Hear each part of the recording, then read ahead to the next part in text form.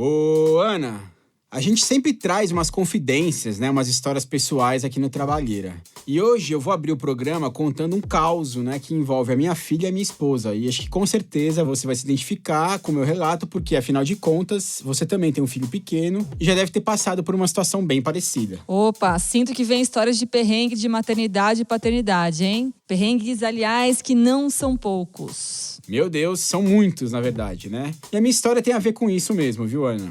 Uma vez, eu, a minha esposa e a nossa filha fizemos uma consulta com a pediatra, né? Quando a nossa filha ainda era bem pequenininha. E aí, conversa vai, conversa vem, a gente comentou com a médica, né? Sobre a dificuldade que eu tava enfrentando para fazer a minha filha voltar a dormir quando ela acordava, né? No meio da madrugada. A minha filha se esgoelava e só voltava a dormir com a mãe. E claro, a gente falou de como isso estava desgastando demais a minha esposa. Nossa, mas eu sei exatamente o que você tá falando. Eu nem gosto de lembrar essa fase, viu? Aliás, acho que aqui cabe evocar o tal lugar de fala, né? Porque só a mulherada que perde madrugadas infinitas de sono tem moral pra falar desse assunto. Verdade, Ana. Nesse ponto aí é bem puxado mesmo. Não tenho o que falar. Mas enfim, só pra terminar a história, a pediatra fez um comentário que me deixou meio abalado até, né? Quando a gente relatou esse problema pra ela. Ela contou que tinha visto um meme na internet, em 3 momentos, que era mais ou menos assim. Primeiro, aparecia uma foto do bebê chorando. Depois, vinha uma imagem do pai entrando desesperado no quarto pra tentar resolver a situação. E aí, por fim, tinha o bebê pensando: quem chamou o estagiário? Sensacional, Caju. Acho que é bem isso mesmo, viu? Pois é, Ana, imagina a minha cara, né? Mas enfim, mudando de pato pra ganso, eu contei essa historinha engraçadinha, né, pra introduzir o tema da nossa conversa de hoje: estágio. Você já fez estágio, Ana? Nossa, e como? Na faculdade, eu fiz 3 anos de estágio em 3 lugares diferentes. O último deles foi na revista Época, e eu já estava me sentindo estagiária sênior, né? Era muito trabalho, mas muito aprendizado. E eu tive uma baita sorte de trabalhar com jornalistas super qualificados que me ajudavam mesmo, sabe? Me davam ali o caminho das pedras. Então, o estágio foi fundamental para mim. Pra mim também, Ana, de verdade. Eu fiz um estágio bem legal num projeto de educação e comunicação com uma galera ali da São Remo, né? Um bairro vizinho à USP, onde nós dois estudamos, né, Ana? Enfim, a gente fazia um jornal comunitário com a molecada, foi uma experiência bem bacana mesmo. Sim. Eu acho que a gente foi privilegiado até no estágio, né, Caju? Mas, infelizmente, nem todo mundo tem memórias boas pra contar dessa época. O que rola por aí de casos de assédio e de exploração mesmo, né? Pra falar o português claro. Verdade, total, Ana.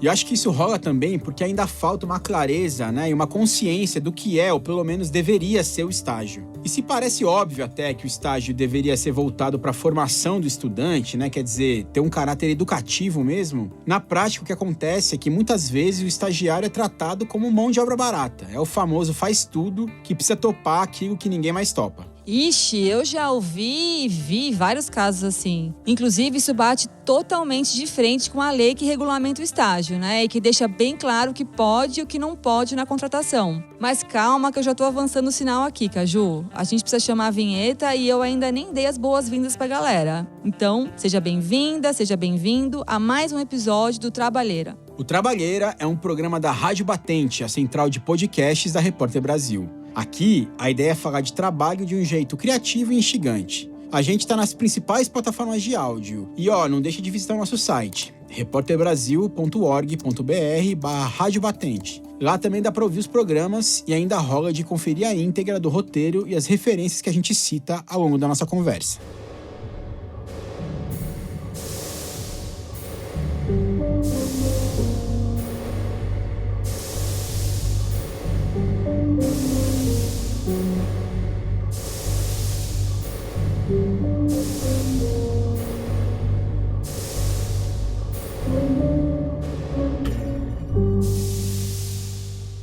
Eu fazia publicidade e foi meu primeiro estágio fora da faculdade. Foi a primeira agência que eu trabalhei.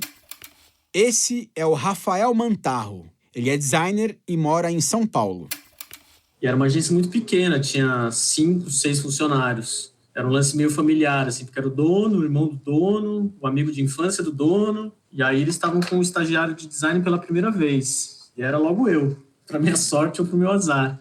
Era uma coisa meio opressora, assim. O cara era muito mal educado, gritava com as pessoas. Vira e mexe, ele era abusivo. Eu lembro que uma vez ele me perguntou alguma coisa sobre um design e eu fiquei insistindo numa opinião. E aí ele pegou e falou assim, moleque, você sabe que quem paga o seu cheque sou eu, né? Quem assina seu cheque sou eu. Aí eu fiquei quieto, né? Falei, tá bom, se quer vermelho, então vai vermelho aí. Eu fiquei nesse estágio quase 1 ano, e aí um dia ele chega na agência de manhã e fala que estava dispensando a faxineira. Falou, pessoal, tô dispensando a faxineira aqui, a gente vai fazer um rodízio para limpar a agência. Aí ficou todo mundo assim, com aquela cara de, como assim, rodízio para limpar a agência, né? Aí ele falou, acho que vai ser bom também para aumentar a nossa responsabilidade com o espaço, aquela conversa, né? Aí ele falou, a gente vai fazer uma escala porque vai ter que limpar o banheiro também.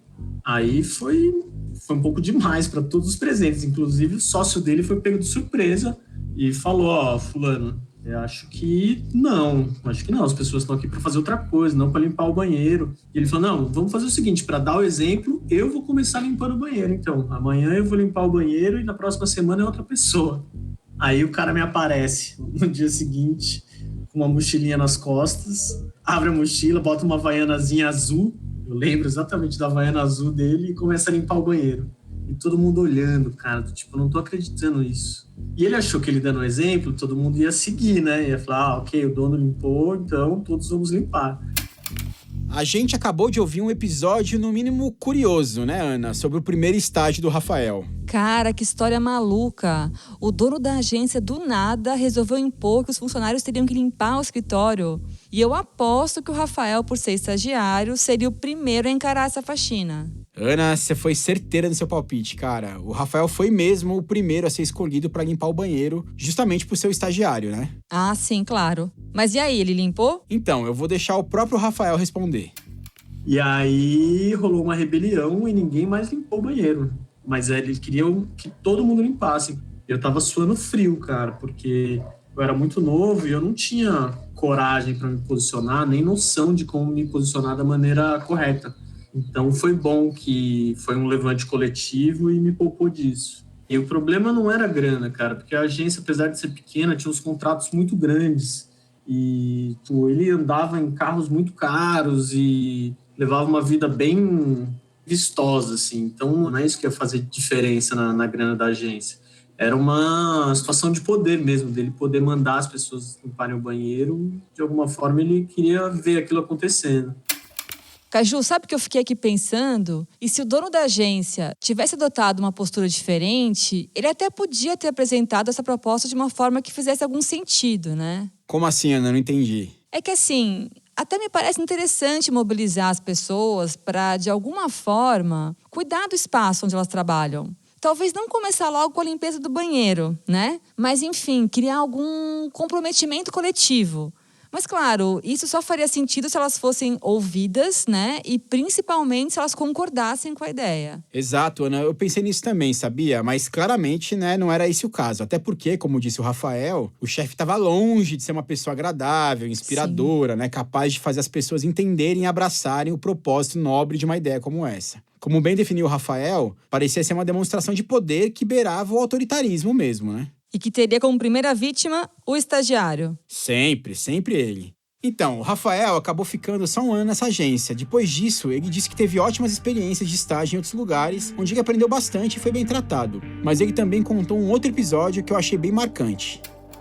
Era muito comum ficar 10 horas na agência.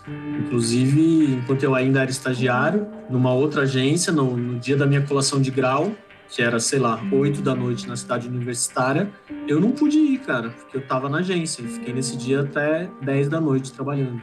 Para mim foi bem triste perder a colação de grau por causa de um folheto desimportante de uma fábrica de café. Então, Caju, esse tipo de situação é um exemplo claro do que diz respeito ao espírito da lei do estágio. Essa lei, que está em vigor atualmente, ela foi publicada em 2008 e ela substituiu uma lei da década de 70. Ou seja, foram quase 30 anos para se pensar num novo conjunto de regras para colocar um pouco de ordem no que pode e o que não pode ser feito no programa de estágio. Não, e é uma lei importante demais, né, Ana? Até porque ela contempla um número bem expressivo de pessoas, né? Sim, totalmente. Hoje tem cerca de 1 milhão de estagiários no Brasil. Desse total, 1/4, ou seja, 250 mil pessoas, estão no ensino médio e técnico. Os outros 750 mil estão no ensino superior. Esses dados são da Associação Brasileira de Estágio, a ABRES. Mas o número de potenciais estagiários, né, de pessoas em idade, em condições de fazer estágio, é bem maior. Bate na casa dos 17 milhões. Caramba, é muita gente, hein, Ana? Tem país que não tem isso de população, né? É muita gente. E aí, para entender as novidades trazidas por essa lei, a gente ouviu a Isabela Fadu, que é professora do curso de Direito da Universidade Federal da Bahia e que pesquisa bastante sobre esse assunto.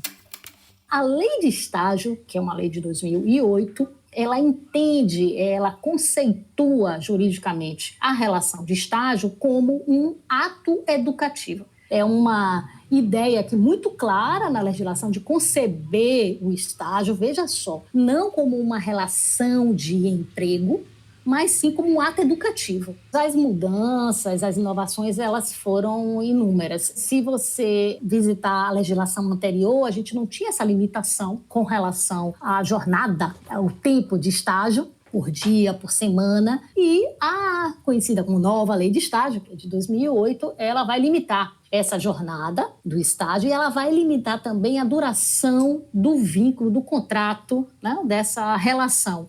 Em termos de duração do vínculo, no máximo 2 anos, e aí tem uma exceção com relação aos estudantes com deficiência, mas em regra, em geral, a limitação é de no máximo 2 anos e há uma limitação nessa jornada também, em regra, a 6 horas diárias e 30 horas semanais, né? Eu estou falando, por exemplo, com relação ao estágio do estudante que está vinculado a um curso do ensino superior. Bom, só por essa fala aí da professora Isabela, a gente percebe que a situação do Rafael, né, que perdeu a colação de grau para concluir um trabalho até altas horas da noite, chega a ser surreal, né? Além de, claro, ilegal. Nossa, pode crer que a Ju não tem nem o que falar sobre essa história. Agora, outra coisa importante sobre a atual lei é que ela estabelece 2 tipos de estágios, o obrigatório e o não obrigatório. E como que é definido isso, Ana? Quem que define que estágio é obrigatório e que estágio não é obrigatório? É o projeto pedagógico do curso que a pessoa está fazendo. E outro detalhe super importante. Por lei, o pagamento só é garantido aos estágios não obrigatórios. Ou seja, se o curso que a pessoa faz prevê que ela tem que fazer um estágio, como parte da sua formação, o estudante ou a estudante não precisam receber uma compensação em dinheiro por isso. Na área da saúde e da educação, isso é bem comum, né, Ana? Sim. E aí, no caso dos estágios não obrigatórios, que são remunerados, a lei abre algumas brechas em termos de controle da jornada, ou seja, do registro das horas trabalhadas. Então, há uma limitação com relação à jornada de trabalho, mas não há absolutamente nenhuma menção com relação a possíveis horas extras, se devem ser pagas ou não devem ser pagas, enfim. Pensando que essa é uma relação que não se confunde com a relação de emprego, o estagiário estaria inserido nessa relação com uma jornada que não deveria ultrapassar essa jornada limitada pela legislação, mas que por uma necessidade, digamos que ele cumpra a hora extra, você tem aqui uma discussão importante e interessante, que é se esse estagiário faria jus e teria direito à remuneração dessas horas ampliadas como hora extra. Se você me perguntar o que é que acontece na realidade, eu vou te dizer que eu já me deparei com situações em que estagiários cumprem banco de horas, que é um instituto jurídico, inclusive, previsto tão exclusivamente para a relação de emprego. E muitas vezes você tem dentro de uma empresa, né, um banco de horas em que o estagiário participa. Esse lance de estagiário, né, participar de banco de horas, pra mim, é a prova cabal dessa mistura indevida, né, entre relação de emprego e ato educativo, né, Ana? Eu digo isso porque banco de horas foi criado para compensar horas extras, né, e permitir que uma pessoa estique a jornada num dia e tire folga em outro, né? Agora, se o estágio tem essa função educativa, né, com um regime de trabalho delimitado, não faz sentido nenhum obrigar o estagiário a trabalhar mais horas, descontando sabe-se lá quando, né, Ana? Sim, principalmente se essas horas extras invadirem o tempo de estudo dele, né? Quanto estagiário não perde aula para fazer serão? E a gente também sabe que muitas vezes o estagiário está com sangue nos olhos para mostrar serviço e ser efetivado. Aí, se não tiver um controle, a empresa vai se aproveitar mesmo desse trabalho extra. E o que é pior, sem garantir uma remuneração adequada. Há uma limitação, mas não há toda uma proteção com relação às horas suplementares, a uma prorrogação de uma jornada de estágio, enfim, por uma necessidade, digamos, da empresa. E, por outro lado, há toda uma expectativa do estudante, né, de mostrar serviço, de se destacar, de corresponder a uma solicitação de um gerente, de um supervisor, né? Então, isso está colocado nessa relação. Além disso, a subremuneração, que fica muito clara. A gente sabe que é o estagiário, muitas vezes, que vai fazer aquele serviço que ninguém quer fazer. É o estagiário que, naquele afã de mostrar serviço, vai se expor mais a um acidente de trabalho. Então, é o estagiário que vai tentar, muitas vezes, bater metas. Vejam só. Muitas vezes o estagiário está lutando como um outro colega empregado da empresa para bater metas no final do mês, porque tem uma bolsa condicionada às metas que ele vier a bater, enfim, no exercício das suas funções. Essa última fala da Isabela tocou num dos pontos mais delicados desse tema, o uso do estagiário como mão de obra barata. Aliás, verdade seja dita, nas grandes empresas, aquelas que têm um departamento de RH bem consolidado e uma cultura não violenta entre superiores e subordinados, a ideia do estágio como ato educativo tende a ser levada mais a sério. Agora, essa exploração do estagiário como burro de carga, por assim dizer, não acontece só no setor privado, não. Bem lembrado, hein, Ana? Tem um monte de órgão público aí que contrata estagiário a rodo, né? Sim, exatamente. E um exemplo super importante vem da Justiça. A gente conversou com José Rodrigo Rodrigues, professor do curso de Direito da Unicinos, no Rio Grande do Sul. Anos atrás, ele escreveu um artigo bem interessante para o Jota, aquele portal especializado em discussões sobre direito. O título do artigo, na verdade, era uma pergunta. Bom, na verdade, era uma provocação. Estágio ou precarização? Nesse artigo, José Rodrigo cita um número bastante impressionante. Em média, os estagiários e estagiárias já representam algo como 1/3 da mão de obra dos tribunais. O professor contou pra gente o que o levou a escrever aquele artigo.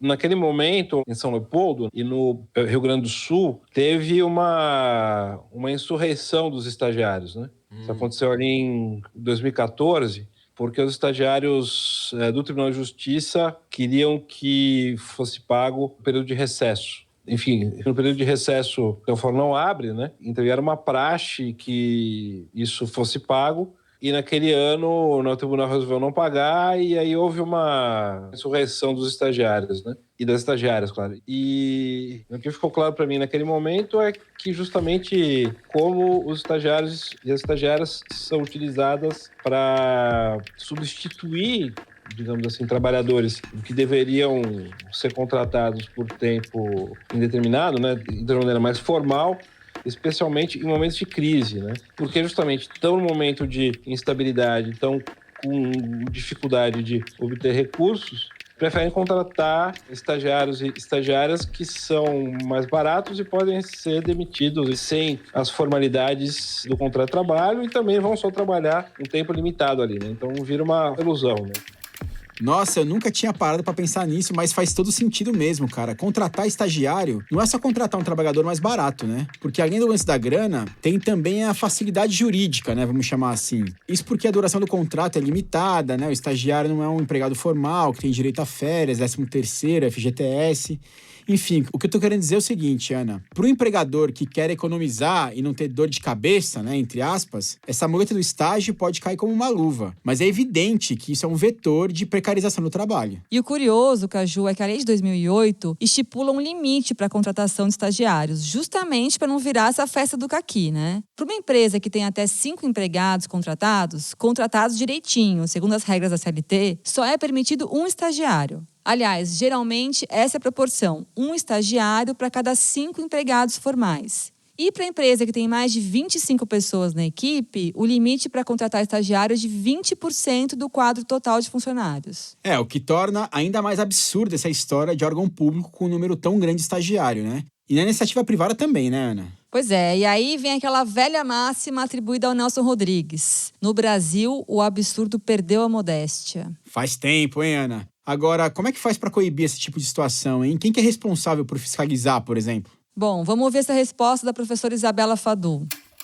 Obviamente que as instituições de fiscalização do Estado, das relações de trabalho, também vão incidir nesse tipo de relação, né, no seu poder de fiscalização, sobretudo observando se há ou não um desvirtuamento dessas relações e que muitas vezes, na verdade, o que você tem ali é uma relação típica de emprego e diante dessa situação nós sabemos, né, que há um princípio que a gente preza muito no direito do trabalho, que é o princípio da primazia da realidade, ou seja, se diante de uma relação você consegue perceber aqueles elementos que configuram a relação de emprego, há a possibilidade do reconhecimento desse vínculo, ou seja, que uma relação de estágio seja reconhecida juridicamente como um vínculo empregatício. A própria lei, inclusive, vai dizer que, no caso do não cumprimento do conteúdo da lei de estágio, há uma punição no sentido de que as empresas fiquem impedidas de receber estagiários por 2 anos. Bom, resumindo aqui a fala da professora Isabela, é possível sim reconhecer o vínculo empregatício se o estudante não estiver desempenhando a função estagiário. Quer dizer, se ele estiver trabalhando como um empregado de fato, mas sem receber aquilo que ele tem direito. Exato, Ana. Agora, claro que isso, né, em última instância, depende de uma decisão da justiça. Mas o ponto é que não dá pra achar que contratar estagiário é festa do caqui, né? Como você disse. Ou seja, quem contrata estagiário para fazer o trabalho de empregado formal tá sujeito à punição sim. E como bem disse a professora Isabela, pode ficar impedido de receber outros estagiários por até 2 anos. Bom, vamos terminando então num clima de prestação de serviço, né? Uma coisa meio tudo que você sempre quis saber sobre estágios, mas nunca teve coragem de perguntar. Cara, esses títulos são muito bregas, viu, Ana? Mas tudo bem, tá valendo. E tá longe de ser tudo, né? Porque esse assunto rende. Pois é, Ana, mas é o que temos pra hoje, né? Enfim, bora pros créditos então. O Trabalheira é uma produção da Rádio Novelo para a Rádio Batente, a central de podcasts da Repórter Brasil. A coordenação geral é da Paula Scarpim. O roteiro original é do Carlos Juliano Barros, o Caju. O tratamento do roteiro é do Renan Suquevicius. E a edição e a montagem são da Júlia Matos. Nossa música tema é composta pela Mari Romano e também pelo João Jabassi. O Jabassi é da Pipoca Sound e também faz a finalização e a mixagem do programa. A coordenação digital é da Juliana Jäger. Valeu, Ana. Até a próxima. Valeu, Caju. Até!